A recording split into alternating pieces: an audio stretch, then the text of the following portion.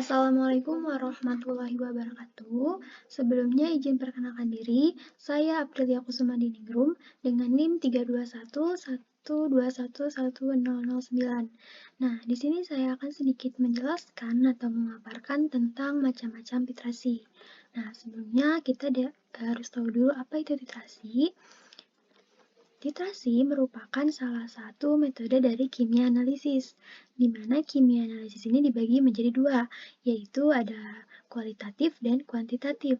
Dari namanya analisis berarti yaitu untuk menganalisa atau untuk mencari tahu keberadaan atau jumlah dari sesuatu spesies dalam sampel.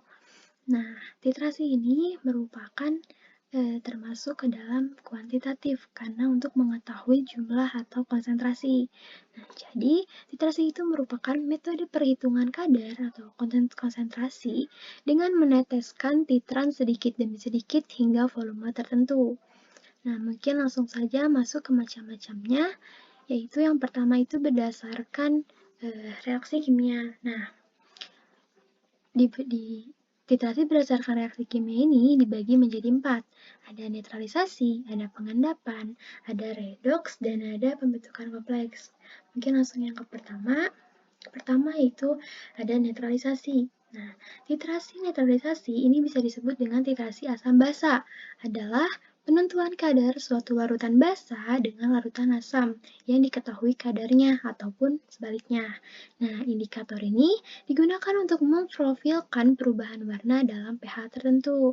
Nah, netralisasi dibagi menjadi dua, ada asidimetri yaitu titrasi dengan larutan standar asam, dan yang kedua itu ada alkalimetri yaitu titrasi menggunakan larutan standar alkali atau basa.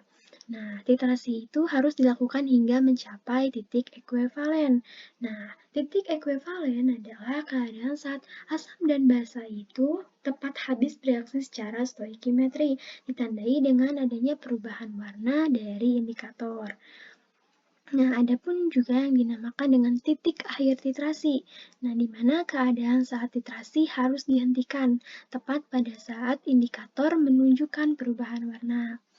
Lanjut yang kedua, yaitu titrasi pengendapan. Titrasi pengendapan yaitu reaksi titran dengan titrat membentuk endapan yang sukar larut.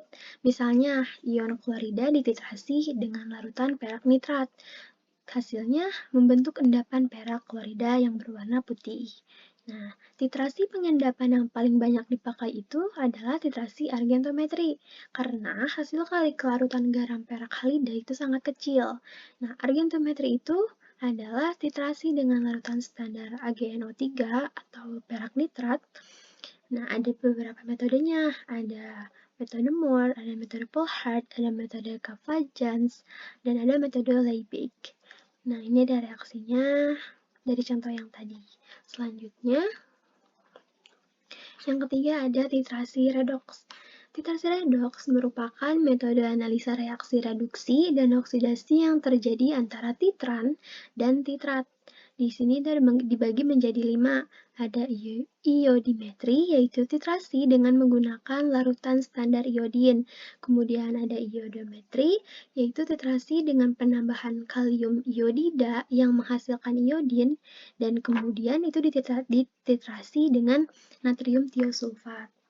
Nah, kemudian yang ketiga itu ada permanganometri, yaitu titrasi dengan larutan standar KMnO4 atau kalium permanganat. Kemudian ada serimetri, yaitu titrasi dengan larutan serium sulfat. Kemudian dikromatometri, yaitu titrasi dengan larutan K2Cr2O4 atau bisa disebut dengan kalium dikromat. Nah, selanjutnya yang keempat yaitu titrasi pembentukan kompleks. Nah, titrasi ini biasanya disebut dengan kompleksometri. Adalah suatu cara titrasi berdasarkan atas pembentukan kompleks antara ion logam bervalensi banyak dengan suatu ligan yang larut dalam air. Nah, ligan itu apa? Ligan merupakan senyawa yang mempunyai dua pasangan elektron bebas. Ligan yang biasanya digunakan banyak digunakan adalah asam etilen diamina tetraasetat atau EDTA. Nah, ion logam yang bereaksi adalah ion logam di mana subskala D belum terisi penuh. Nah, Selanjutnya yaitu, ada titrasi berdasarkan cara titrasi. Dibagi menjadi 3, ada titrasi langsung, ada titrasi tidak langsung, dan ada titrasi balik. Selanjutnya, titrasi langsung merupakan titrasi yang dilakukan dengan mereaksikan analit dengan larutan standar itu secara langsung. Kemudian yang kedua ada titrasi tak langsung, di mana titrasi tak langsung ini dilakukan dengan cara mereaksikan analit dengan suatu reaksi. Produk yang dihasilkan dari reaksi antara analit dengan reaksi ini akan dititrasi dengan larutan standar. Kemudian ada titrasi balik. Titrasi balik ini dilakukan dengan cara mereaksikan analit dengan larutan standar pertama. Penambahan larutan standar pertama ini dilakukan secara berlebihan. Maka, sisa larutan standar pertama ini kemudian akan dititrasi dengan larutan standar kedua. Selanjutnya, ada berdasarkan medium. Di sini tuh ada dua, yaitu medium air dan ada medium non-air. Medium air merupakan titrasi medium air dilakukan dengan cara melarutkan larutan standar dan analit menggunakan pelarut air.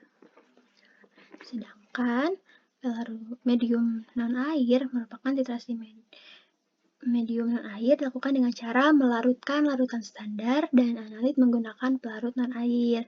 Di sini dibagi menjadi dua pelarutnya, ada pelarut netral dan pelarut asam. Di mana pelarut netral contohnya asetonitril, alkohol, kloroform. Sedangkan pelarut asam contohnya ada asam formiat, asam asetat, asam propionat. Medium non-air ini menggantikan air sebagai pelarut dengan pelarut non-air. Medium non-air juga dapat berupa pelarut organik dan pelarut anorganik. Mungkin cukup sekian yang dapat saya jelaskan atau paparkan. Mohon maaf apabila banyak kesalahan. Assalamualaikum warahmatullahi wabarakatuh. Terima kasih.